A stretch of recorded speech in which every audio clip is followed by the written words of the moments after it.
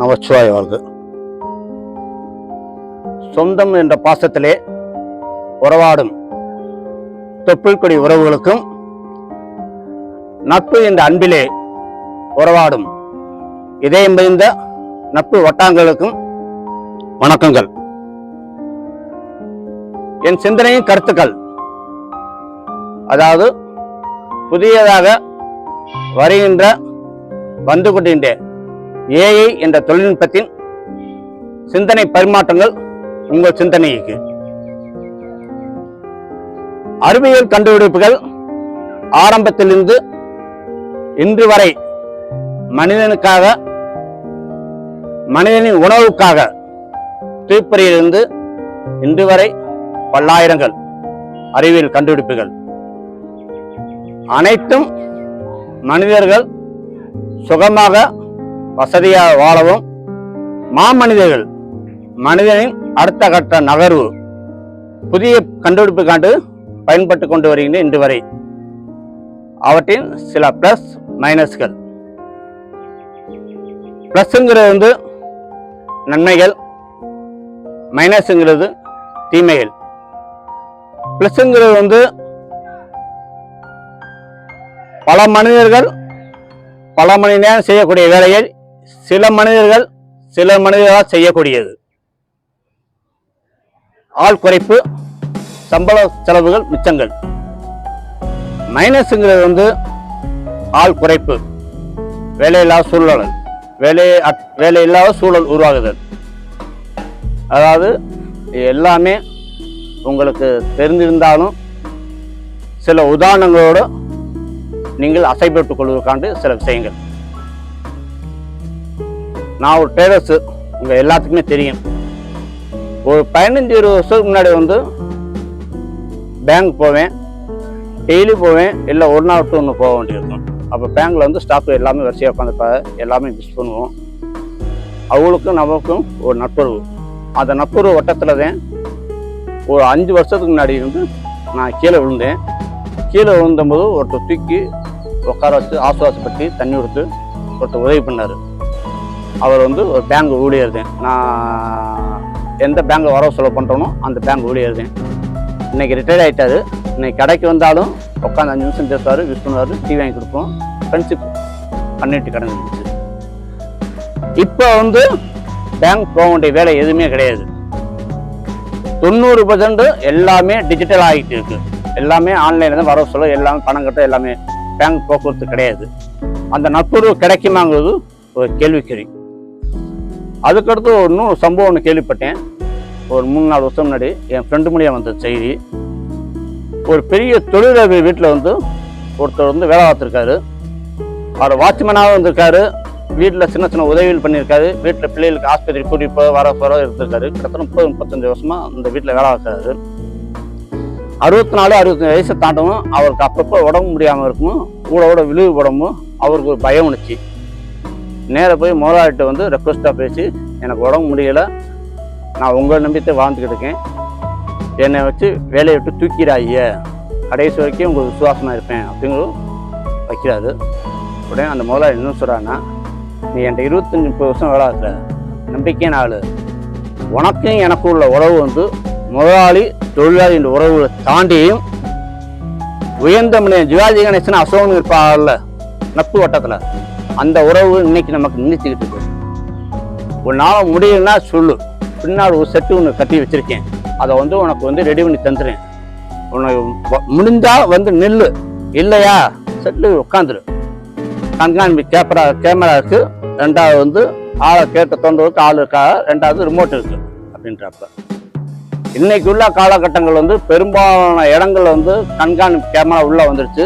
கேட்ட தோன்ற ஒரு மூடி ஒருவருக்கு ஆள் இருப்பாலாம் பார்த்தா அங்கேயும் ஆள் கிடையாது, எல்லாமே ரிமோட். அப்ப மனித உறவு தேய்மான் ஆகுமா ஒரு கேள்விக்குறி. அதுக்கடுத்து ரீசெண்டா ஒரு விஷயம் ஒன்று கேள்விப்பட்டேன். எனக்கு தெரிஞ்ச நண்பருடைய பையன் இங்க இருக்காரு. அவருடைய பங்காளி வயல அமெரிக்கா ஒருத்தர் வந்திருக்காரு. என் நம்பரோட ஃப்ரெண்டை போய் கேட்குறேன், ஏப்பா அவன் பங்காளி பையன் அமெரிக்காவில் வந்திருக்கானே, அவன் குடும்பம் எப்படி இருக்கா, கொண்டாட்டு பிள்ளை நல்லா இருக்காளா, என்ன போய் பார்த்தாங்க. அவர் சொன்ன பதில் இல்லை, அங்கே இன்னும் போய் பார்க்கவே இல்லை, வந்து எத்தனை நாளும் இப்போ நாள் ஒரு மாதம் இப்போ என்னப்பா எல்லாம் நாங்கள் ஃபோன்லேயே பார்த்துக்குறோம், இந்த இப்போ கூட நிற்கிற அமீர் மெசேஜ் அனுப்பியிருக்காரு அப்படின்றாப்புல. அப்போ அமெரிக்காவிலேருந்து வந்திருந்தாலும் அவர் போய் பார்க்க முடியாதது தடுக்குது தொழில்நுட்பம். அப்போ எந்த அளவுக்கு மனித உறவுங்கிறது கொஸ்டின் இன் ஃபியூச்சரில். இதுவரையும் சொன்ன அனைத்துமே. இதுக்கு இன்னொரு விஷயம், என் கடைக்கு ஒரு கஸ்டமர் வந்திருந்தாப்புல, கணவன் மனைவி, இன்ஜினியரு, பையன். கிட்டத்தட்ட 1.5 மணி நேரம் ஜாமான் எடுத்தாப்புல. ஒரு பெரிய அமௌண்ட்டு, ஒரு 1.5 மணி நேரம் ஓடி போச்சு. 1 லட்ச ரூபாய்க்கு மேலே வியாபாரம்னு வச்சுக்கங்களேன். அந்த பையனை கவனிச்சேன். வந்ததுலேருந்து வியாபாரம் முடியத்தடிக்கு கீழே அணிஞ்சு செல்ஃபோனை தூண்டு நின்றுக்கிட்டு இருக்காப்புல. அவர் அப்பா அம்மா இன்ஜினியரு, அந்த கைப்பிடி போட, இந்த தப்பா போட, கேட போடுங்க போடுங்கிட்டு திருப்பாரு. அப்போ வந்து அவனை கவனிக்கும் போது முழுக்க செல்போன்ல தான் உட்காந்துருந்தான். என்னன்னு எட்டி பார்த்தேன், கேம்ஸ் விளையாண்டுட்டு இருந்தாப்புல அந்த பையன். அப்போ உறவுகள் எப்படி போகுங்கிறது எனக்கு தெரியல. இதுவரையும் சொன்னது வந்து இதுவரைக்கும் நடைமுறை உள்ளது. இதுக்கு அடுத்து உள்ளது வந்து ஏஐ டெக்னாலஜி. ஏஐ டெக்னாலஜிங்கிறது இயற்கையின் படைப்பு, இறைவனின் மனித மூளை வந்து இயற்கை நுண்ணறிவு. மனிதன் படைப்பு வந்து செயற்கை நுண்ணறிவு. ஏஐ வந்து ஆர்டிஃபிஷியல் இன்டெலிஜென்ஸ் அப்படின்னு கணக்கு. இதுல வந்து பல்லாயிரக்கணக்கான உதவிகள், பல்லாயிரக்கணக்கான வசதி இருந்தாலும் -10 ஷார்ட்டான பதில். ஏற்கனவே சொன்னது வந்து பல மனிதர்கள் பல நேரம் செய்யக்கூடிய வேலையை சில மனிதர்களால் செய்யக்கூடியது. இப்போ ஒன்று கண்டுபிடிச்சல் வந்து பல மனிதர்களை நகட்டி விட்டு எல்லாமே மிஷினரி வேலை பார்க்குற மாதிரி. ஒரு வீடியோ ஒன்று பார்த்தேன்.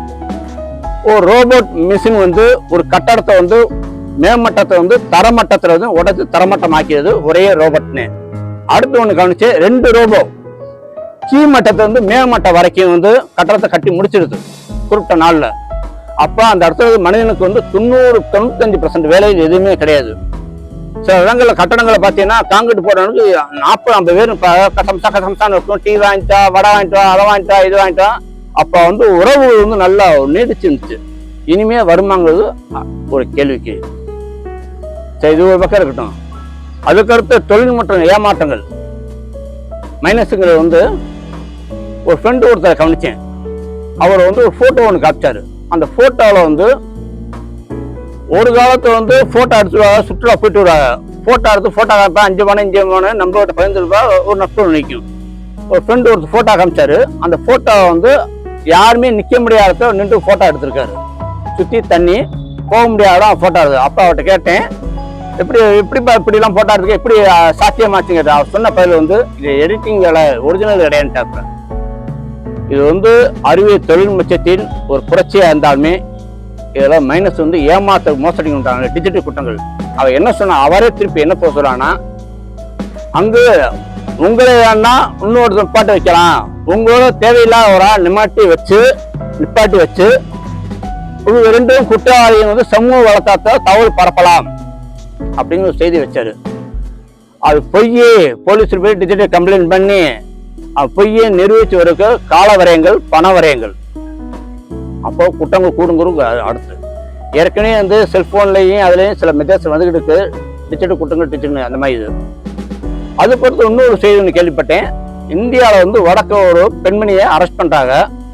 அந்த ஒரு உள்ளூர் போலீஸும் தென்னிந்திய போலீஸும் 2 சேர்ந்து அரெஸ்ட் பண்ணுறாப்புல. அரெஸ்ட் பண்ணும்போது அந்த அம்மா அதிர்ச்சியில் போய் என்னன்னு கேட்கும்போது 2 கோடி மோசடி குற்றவியல் சட்டத்தில் வந்து அரெஸ்ட் பண்ணுறாப்புல. அந்த அம்மா போலீஸ் ஸ்டேஷன் உட்காந்து விசாரிக்கும் போது அந்த அம்மா என்ன செஞ்சிருக்குன்னா, வலைத்தளத்தில் வந்து ஒரு பாடல் ஒன்று கேட்டிருக்கு. அந்த பாடல் சம்பந்தப்பட்ட குரலை கேட்டிருக்கு. அந்த பாடலும் குரலும் கேட்டவனு நட்புறவு உருவாகி இந்த அம்மா என்ன செஞ்சு, இந்த அம்மாட்ட உள்ள ஆதார் கார்டு, இந்த அம்மாட்ட உள்ள என்னென்ன டீட்டெயில் விவரங்கள் அனைத்தையுமே அவரோட ஷேர் பண்ணியிருக்கு. அவர் என்ன செஞ்சிருக்காங்கன்னா, அதை பயன்படுத்தி 1.5 கோடி வந்து இந்த அம்மா பேர்ல வந்து வேற இடத்துல வந்து பேங்க் லோன் வாங்கி மோசடி பண்ணியிருக்காரு. கூடுதலாக விசாரணை போகும்போது அந்த அம்மா கேட்ட குரலும் பொய், அந்த அம்மா குரலை கேட்ட உருவமும் பொய். அனைத்தையுமே ஏஐ டெக்னாலஜியில் வந்து பொய்யான குற்றச்சாட்டுகள். நண்பர்களே, அனைத்துக்கும் அறிவு வளர்ச்சி வந்தாலும் குற்றங்கள் நிறைய கூடுது. அனைத்துக்கும் காரணங்கள் வந்து பேராசை என்ற தீவினை. நண்பர்களே, உறவுகளே, பேராசை என்பது இங்க வந்து தூரமா தெரியக்கூடியது, பச்சையும் போன்றது. அதில் நீங்கள் பிடிபட்டீங்கன்னா ஒன்று நீங்கள் மற்றவளை ஏமாற்றலாம், இல்லை மற்றவங்களாம் நீங்கள் ஏமாற்றப்படலாம்.